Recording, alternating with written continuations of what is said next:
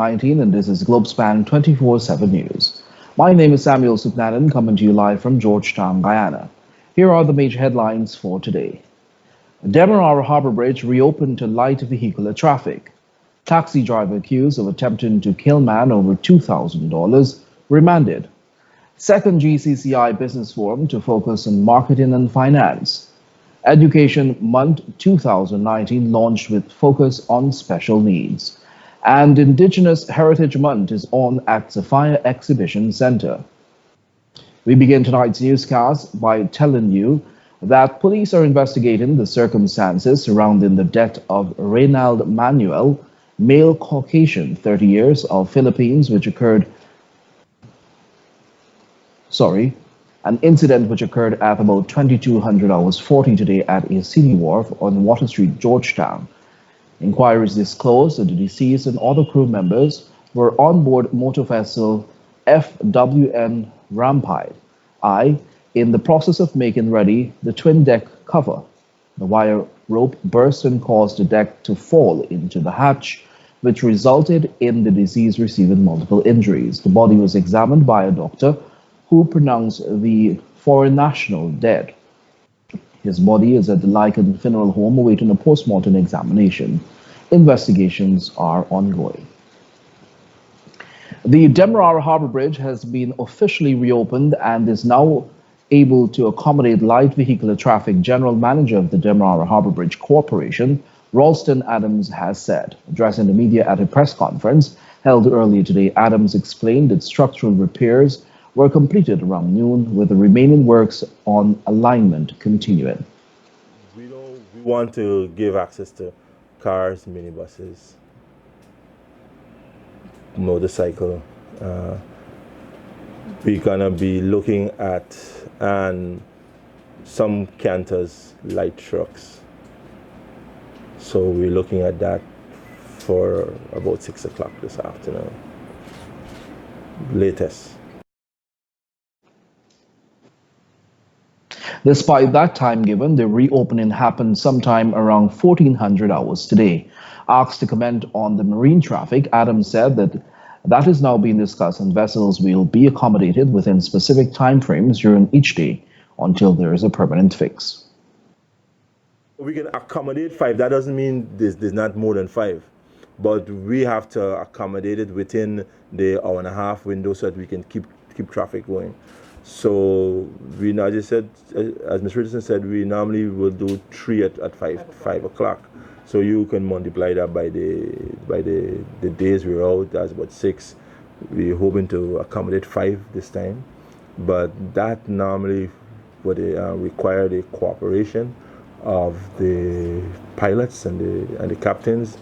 In these situations, they do cooperate because everybody wants to. So we expect to do at least about 5 on the next retraction. When is that likely? Today is Tuesday. We're gonna do some. We're probably looking somewhere either Wednesday, Thursday, because as I said, we now have to know. Tomorrow is Wednesday. Tomorrow is Wednesday. So most likely Thursday, Friday. Thursday.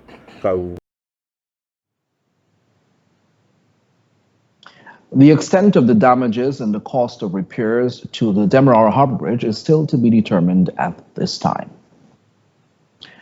Garbage collection in the capital city of Georgetown has been temporarily halted due to the closure of the Demerara Harbor Bridge. We find out why in this Abel Harris report. Piles of garbage could be seen in the capital city due to a disruption in collection because of the damaged Demerara Harbor Bridge.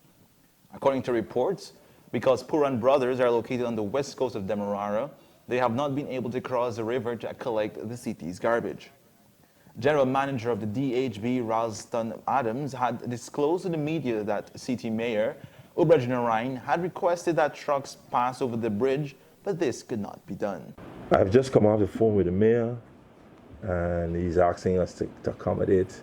And I told him, like I'm saying to you now, by 6 o'clock, we will have some vehicles transiting the bridge, and hopefully once those trucks are empty, I'm sure we can facilitate them coming over. The problem is expected to be cleared by the end of the week as the harbor bridge has fully reopened to allow the normal flow of traffic. An early morning accident on the Demerara Harbor Bridge on Monday had resulted in its immediate closure. Bridge company said a tug and barge transporting material had slammed into the bridge, loosening the anchorage and shifting it out of alignment. As a result, a car was stuck due to the plates being shifted. Thousands of Guyanese were affected by the closure of the bridge as the only means of transportation was via speedboats. Reporting for Globespan 24x7 News, I am Abel Harris. Thanks, Abel. In this report, you will hear that the Georgetown Chamber of Commerce and Industry, Inc., GCCI, today launched its second annual business development forum aimed at preparing local business owners to better finance and market their commodities. The details in this report.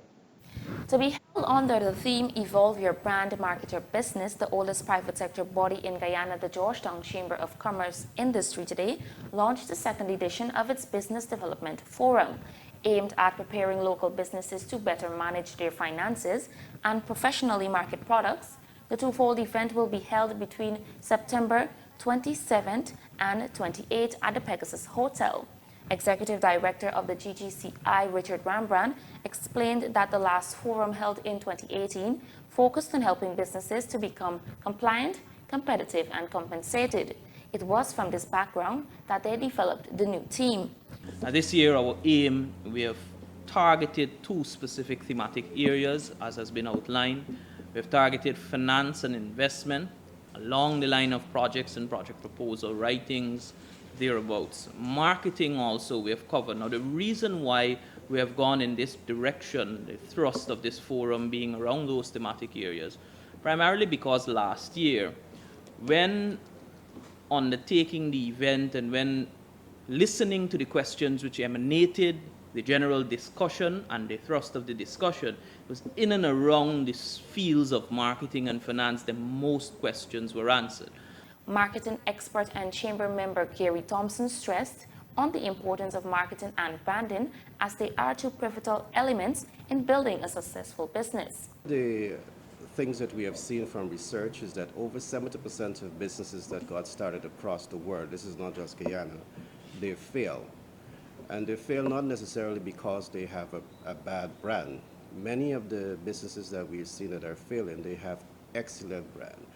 If we are to take a look at agro-processing sector, you would see that most of these players in the market, they have brands that are ready for the market, ready for the international market. But what we see is lacking is a clear understanding of marketing and branding. So we have a number of speakers lined up. The cost to attend the event is $7,500. The forum not only presents an environment to improve business, but also serves as a prime networking opportunity. For Globespan 24x7 News, Shakima Day. Thanks, Shakima. The Ministry of Public Health is expected to ink a $150 million contract which will see the commencement of corrective works on the Port Kaituma Hospital complex by the first week of September. A team led by Minister of Public Health Valdo Lawrence recently conducted an assessment visit to the complex to examine the area where the works will take place. The Department of Public Information reported that among the upgrades are access points for accident and emergency patients, outpatients, rehabilitation of other areas. The ministry's procurement manager, Sue Chan, explained that the goal is to ensure that all the necessary services are now available in the Port Kaituma district. Sue Chan added that it is the ministry's intention for works to be done promptly, as the primary goal is to relocate all existing and new services to a more spacious and conducive facility soonest. Based on the new facility's capacity, there is likelihood of the new Port Kaituma Hospital becoming the new regional hospital in the Barima-Waini region. We'll take a short break. Do stay with us. We would like to ask all of our faithful viewers to kindly like and follow Globespan 24x7 Facebook page and subscribe to Globespan 24x7 YouTube channel to receive up-to-date notifications of when we are live. Globespan 24/7 has vacancies for full-time positions such as reporters, newscasters, and news editors. Persons serious about joining a new and dynamic news team are asked to send their application to careers@globespantechnology.com. TravelSpan is pleased to announce special fares from New York to Guyana for Christmas. Seats are available to travel, and depending on which dates you choose, fares range from $849 to $1169. These are limited block seats on American Airlines non-stop flight from JFK to Guyana. Call 718-845-0437. That's 718-845-0437. Or book online at travelspan.com. TravelSpan does have a payment plan, so travel plans, call TravelSpan. Thanks for staying with us. You're watching Globespan 24/7 News. The Guyana National Industrial Corporation, GNIC, today handed over a brand new speedboat to the Ghana Prison Service to serve as the emergency response transportation system for the Mazaruni prison. The details in this report. Director of Prisons Gladwin Samuels today received the brand new speedboat in a simple handing over ceremony at the GNIC wharf. The boat will aid in the delivery of emergency services at the Mazaruni prison. Due to the ongoing expansions at the Mazaruni prison slated to be completed by the end of 2019, the correctional facility will see an intake of more than 200 additional prisoners being held there. According to Director Samuels, this new addition will help them to meet the demand. And in keeping with that expansion, the needs for emergency response at the location will certainly increase. Over the years, we have acquired a number of speedboats, but they were either constructed of wood or fiberglass. And we would have seen rapid deterioration of those boats, which resulted to us currently having only one speedboat in operation. Samuels disclosed that the boat amounted to $10.9 million and went on to give a breakdown of the expenditure. This is divided into two sums. One, $5.5 million for the construction of the vessel by GNIC, and then we had to procure the two 200 horsepower engine, which came in at $504,000 plus. I am confident that with the addition of this vessel to Mazaruni prison, it will significantly boost the capacity or capabilities at the location, especially as it relates to responding to emergencies. The director noted that they were supported by the Guyana Defense Force when transporting high-profile prisoners with medical emergencies. He stated that as the prison continues to be developed, more river assets will be added. The keys to the boat were handed over to the Permanent Secretary of the Public Security Minister by a representative of the GNIC. For Globespan 24/7 News, Shakima Day. Thanks for that report, Shakima. Education Month 2019 was today launched at the Ministry of Education Sport Complex in Georgetown, with special focus this year being placed on special needs. More in this report. Launched under the theme, Education, the Key to National Development, the Ministry of Education has planned a host of activities to commemorate Education Month 2019. The main highlight among these activities is a day of sports solely for special needs children. Education Minister Nicolette Henry, in her remarks after declaring open stressed that the nation will fail if education is not at the forefront. His Excellency and this administration believe that education is the key to national development. And if education fails, the nation fails. Minister Henry stated the development of a cohesive nation cannot be done without the nation's main resource, its people. $52.2 billion would have been allocated to the education sector, which is over 15% increase from 2018. This investment in education is critical and crucial to the development of this nation. It was John Dewey who stated that education is not preparation for life, education is life itself. Marshall Hudson, who serves as the Chief Education Officer, in his address commended teachers on their efforts and sacrifices in ensuring that every child receives a sound education. That the job that we are asked to do is not a simple job, and therefore it is incumbent on us to give our best, all of our energies and efforts, as we attempt to educate the nation's children. So to our teachers, I say continue to teach with purpose. Teaching cannot be in a vacuum, teach with purpose. And I know our teachers, they've been doing a great job, and I really want to commend them at this juncture, knowing that at some point in time they will impact and liberate the minds of our young people and set them on a course to enjoy social mobility. National Spelling Bee competition, engineering and technology fair, debating competitions, and the celebration of International Literacy Day are among the activities slated for Education Month celebrations.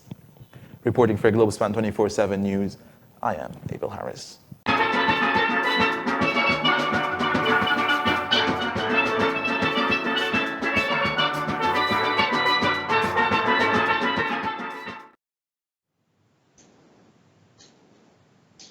Thanks, Abel. A taxi driver who allegedly stabbed a man during a row over $2,000 was today charged with attempted murder. Maurice Carter, 43, of Durban Street, Workmanville, Georgetown, was not required to plead to the indictable charge. He is accused of wounding Matthew Gilbert with intent to commit murder. Police prosecutor Christopher Morris told the court that on the day in question, Gilbert was at a car wash when he was approached by Carter, who requested the $2,000 owed to him. Gilbert then claimed that he did not have the money. This led to Carter pulling out a pair of scissors and stabbing him. Gilbert was taken to the Georgetown Hospital, where he was treated and admitted a patient. The taxi driver was remanded based on the seriousness of the crime. He will make a next court appearance on September 26. Guyana is observing Indigenous Heritage Month, and there are a whole host of activities planned to recognize and celebrate the life and work of the country's first people. Globespan 24x7 took its cameras to the Sophia Exhibition Center last evening to witness the celebration. We now bring you a special report on the Indigenous Heritage Month Food and Craft Exhibition.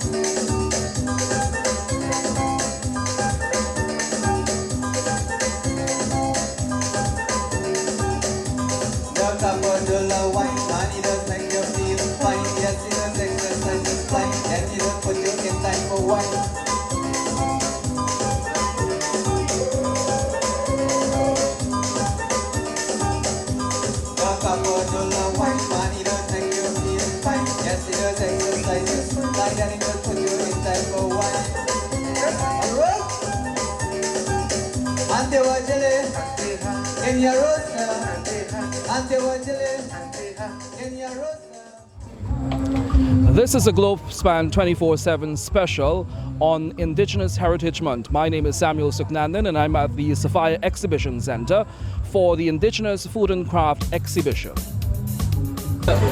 We're with Walter LaRose from Oyona Products, who is going to take us through some of the items being sold here tonight. Okay, well, basically we're specialized in casrip, cassava casrip. So our product basically stems around the cassava casrip. Well, it's a Region 1 product, and it's original. Okay, and how is the sale like so far? Yeah, the sale is okay. It's patrons come, they would come out and shop.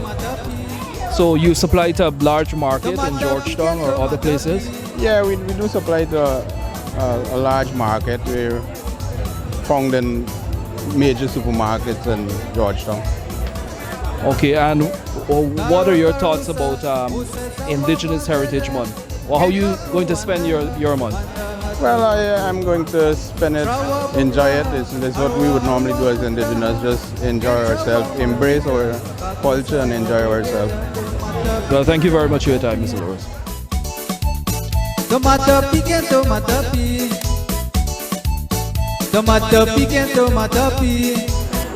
So we're now with a craftswoman here at the Sophia Exhibition Center. She's going to tell us all about the products she has to offer here. My name is Leomi Willis, and I am Community Development Officer attached to the Ministry of Indigenous Peoples Affairs, and I'm based at Mabroma, Region 1.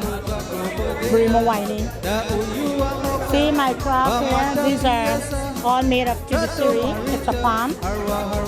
I have in like fruit bowls and jewel boxes, and if you can see here, I have in like fruit bowls. I have head pieces. I have cassava, cashew, honey came from the bee, honeybee. I have in potato wine, organic, and I have in hammock made out of tibisiri. These work here that I'm doing here, I involve the Venezuelan migrants too, for them to get earn a daily bread. I get them to work because they have such skills too, so we work together. How long have you been doing this business? Maybe for like 20 years and over. And how many Venezuelans you have on board right now? Oh, I have in like 2000 plus 2005 in Region 1. I'm sure they're grateful for the opportunity. Yeah, of course, they are. What does Indigenous Heritage Month means to you, and how you hope to spend it? Well, for me, that's my tradition, because I'm Arawak and Warao.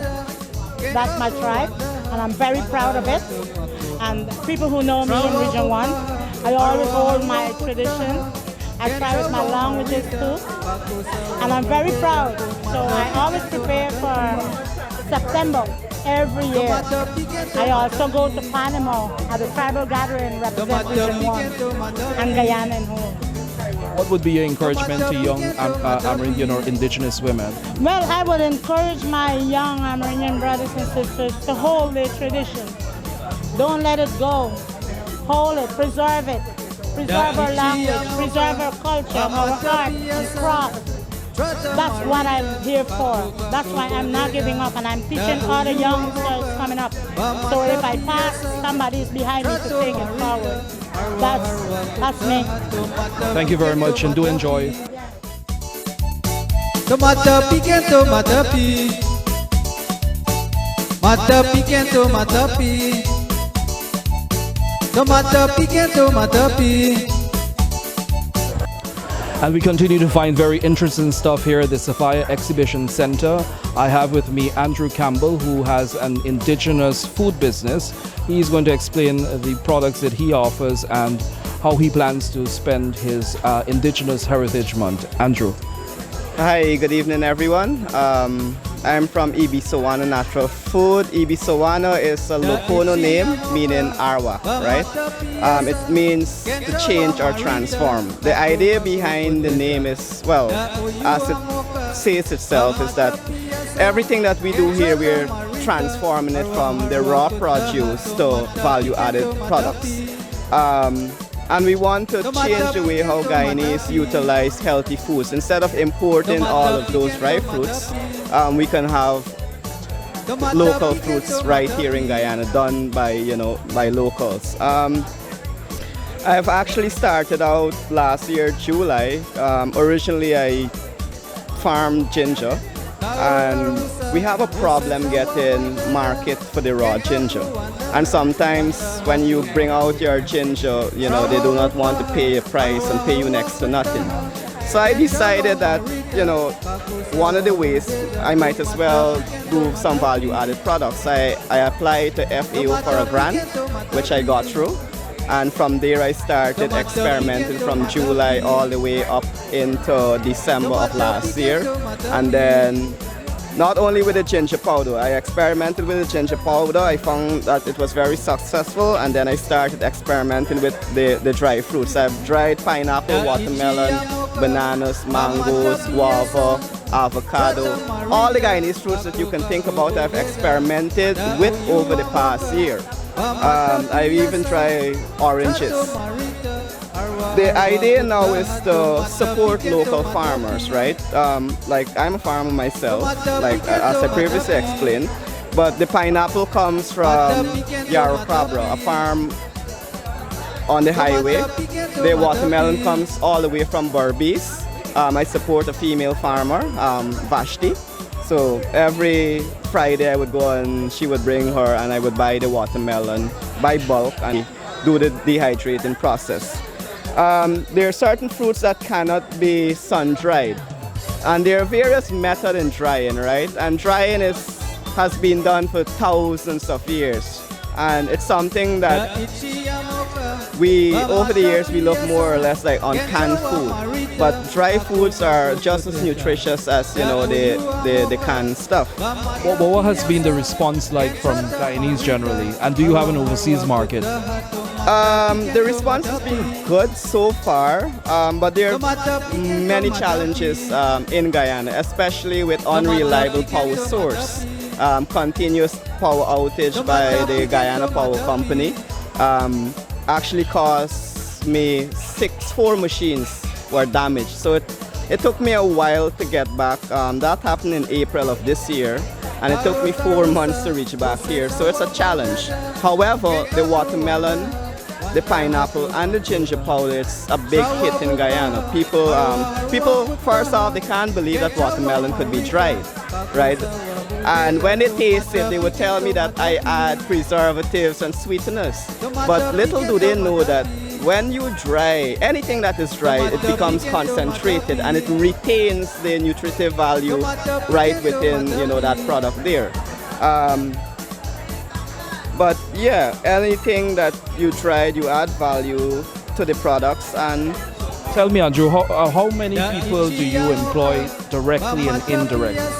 There, I employed right now 2 persons, and they earn probably more than the average person in Guyana.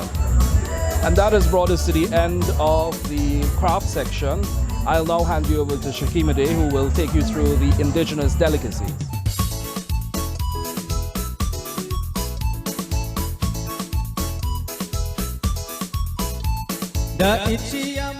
So we're here at the food section, looking at some Amerindian dishes, and I'm here with Leota, and she's going to tell me a bit about the fly potato wine. So, hi Leota, and just tell me a bit about how you made this delicious wine. It's made out of the purple potato.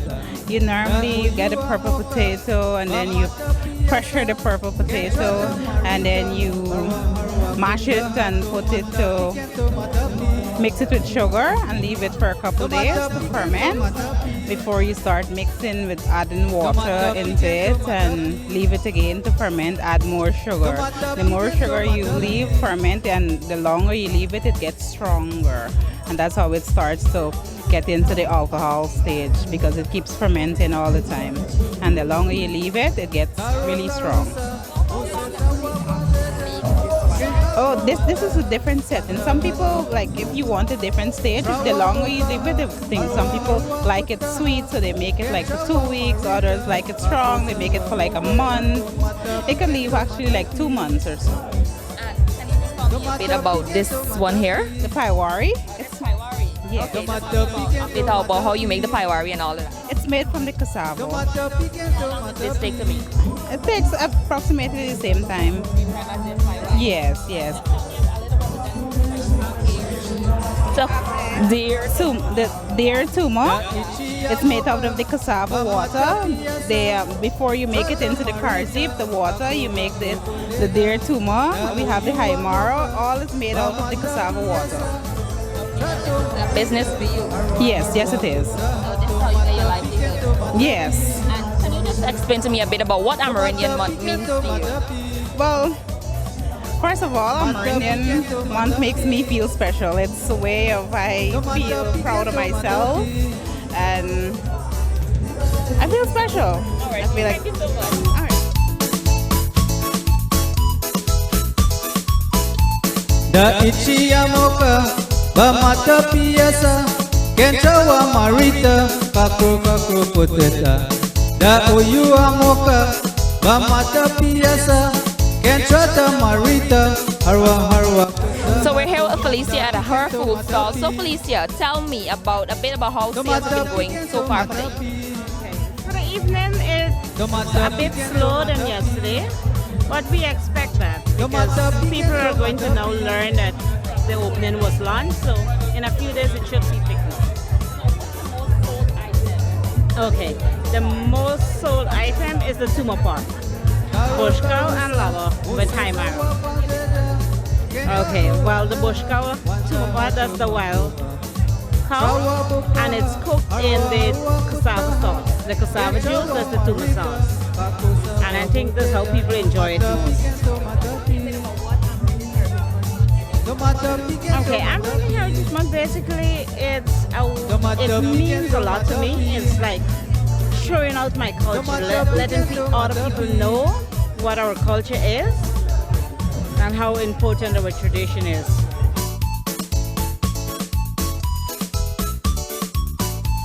Da ichiyamoka bamata piasa trata marita kakro kakro bodeda da uyuamoka bamata piasa.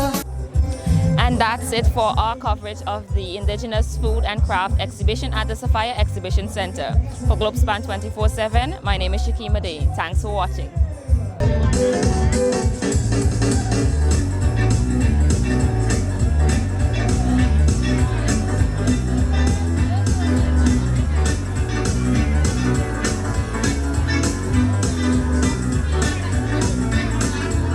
Back to back, belly to belly, you jump like a rabbit and you whine like a shelly. Think it over, baby, think it over. It is a heritage style, everybody going wild, take it over. Jack will come, Vanessa will come, all them big minister will come to remember heritage in September. It is heritage time, everybody doing fine, think it over.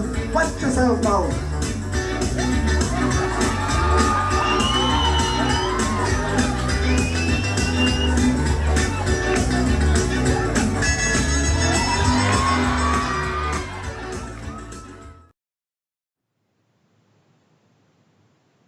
I do hope you enjoyed our coverage of the Indigenous Heritage Month Arts and Craft exhibition at the Sophia Exhibition Center there. We'll take a short break. Do stay with us.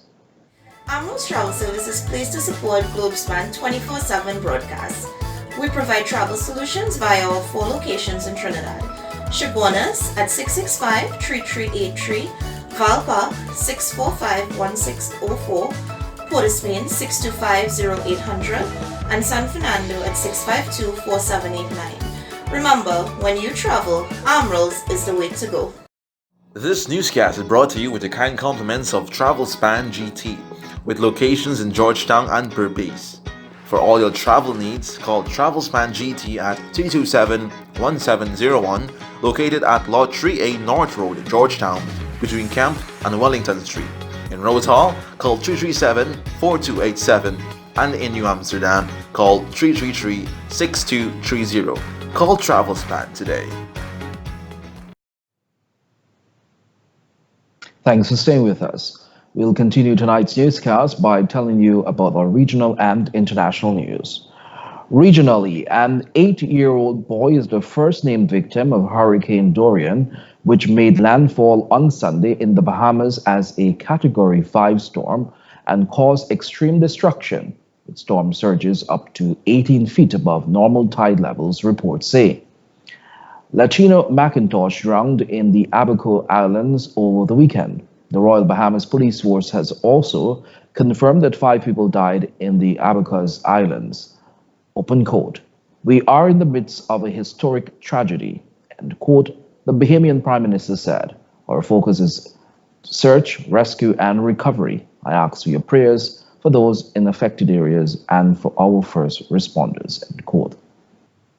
On Monday, downtown Grand Bahama was on the 3 feet of water, including the ground floor of its hospital and the Prime Minister's office, according to the Times. Homes, businesses, and several of other buildings were destroyed or badly damaged. The storm was expected to continue battering the islands as it heads to the U.S. coast. The French government on Tuesday announced plans to create 1,000 new places in shelters for the victims of domestic violence as outrage grows over the number of women killed by a current or former partner. France is one of the European countries with the highest number of such murders, according to EU figures from 2017, which puts it second only to Germany. Last year, 121 women were killed in France in these circumstances, equating to one death every 3 days. So far this year, at least 100 women have been killed by a current or former partner. Open quote.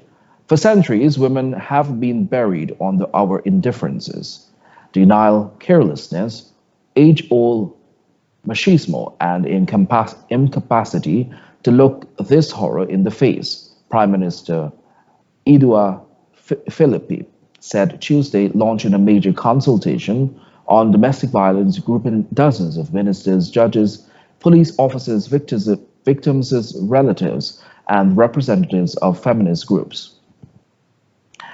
Philippe kicked off the consultation by announcing plans for legislation allowing for the wide-scale use of electronic bracelets to prevent domestic violence offenders approaching their victims. Under the bill, judges could also order an electronic tag for a person who has yet to be convicted of a crime, but who is targeted by a restraining order, he said.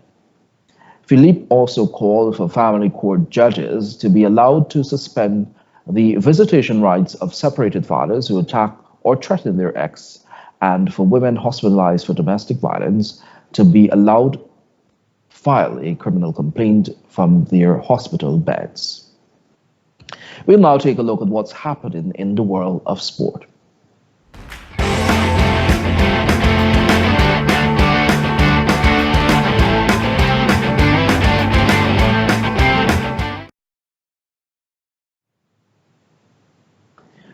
U.S. oil major ExxonMobil is sponsoring the Ghana Amazon Warriors team for the second time as they strive to capture the Hero Caribbean Premier League CPL Cup.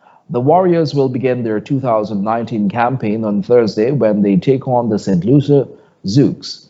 The local team's lone focus will be to win matches with the support of ExxonMobil for the second year running. The media launch to reiterate the partnership between the Warriors team and the oil company was hosted on Monday at the Marriott Hotel lobby, where members of the team were formally introduced to the media. The Warriors franchise owner said the 2019 squad has been carefully composed and disclosed that they are very confident that the Warriors can win it all this time around. Meanwhile, Guyanese cricketer Chandrapal Hemraj is celebrating his birth anniversary today. Hemraj, 26, is a talented left-handed cricketer who is slated to take part in the highly anticipated Caribbean Premier League, representing his home country for the Ghana Amazon Warriors. Hemraj celebrated his birthday with his fellow teammates.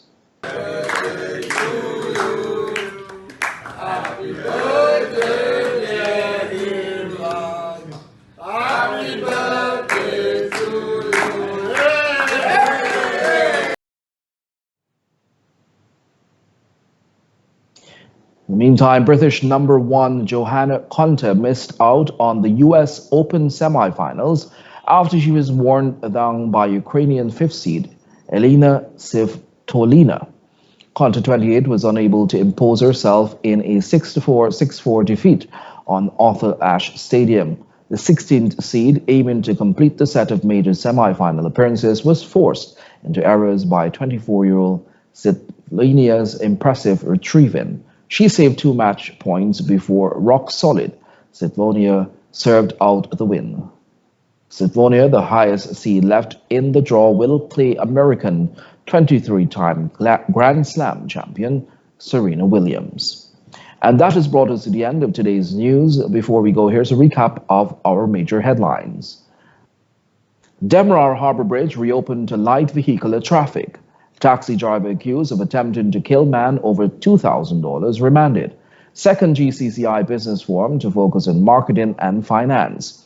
Education Month 2019 launched with focus on special needs. And Indigenous Heritage Month is on at Sophia Exhibition Center.